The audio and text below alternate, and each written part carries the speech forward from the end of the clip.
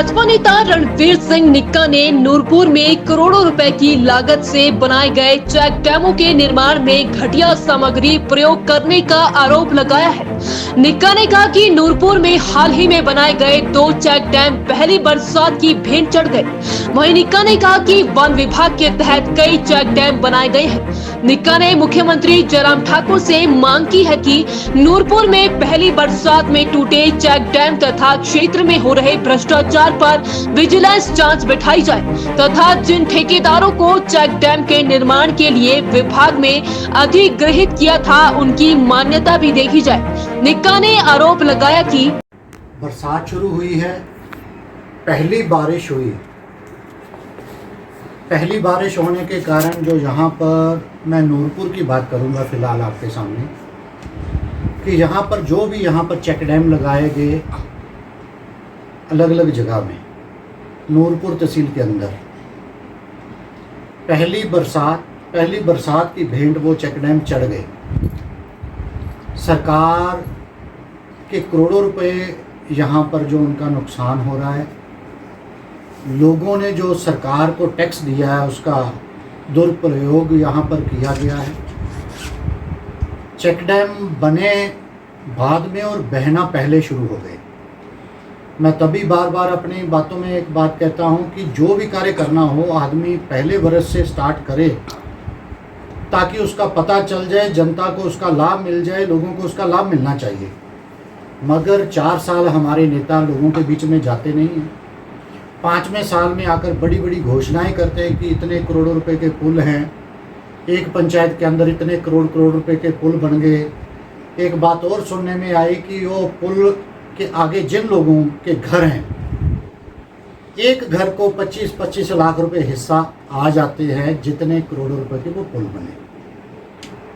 मगर मैं बात ये कहना चाहता हूँ, जे ब्रिज जे चेक डैम सरकार हमने कब चुनी? 2017 में। 4 साल निजी कार्य में लगे रहे, 5वें साल जाकर लोगों के बीच में बड़ी बड़ी घोषणाएं कर रहे हैं। अब वो पुल बन रहे हैं, चेक डैम बन रहे हैं। पहली बरसात की बारिश हुई और फेसबुक के माध्यम में, सोशल मीडिया के माध्यम से कई चेक डैम आपने देखे हुए बहते नज़र आए। वो फट गए हैं, लीकेज उनमें हो गई है।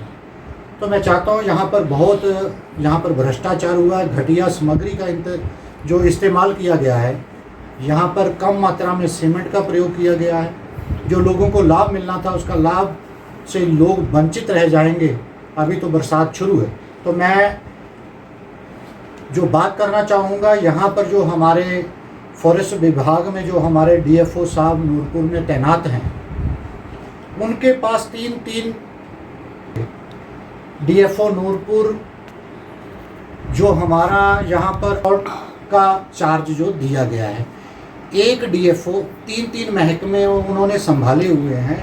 जबकि हमारे नूरपुर विधानसभा क्षेत्र के अंदर यहाँ से हमारे फॉरेस्ट के कैबिनेट मंत्री हैं, यहाँ पर अलग अलग विभाग पर अलग अलग डीएफओ की तैनाती होती तो विभाग अच्छे से चलते।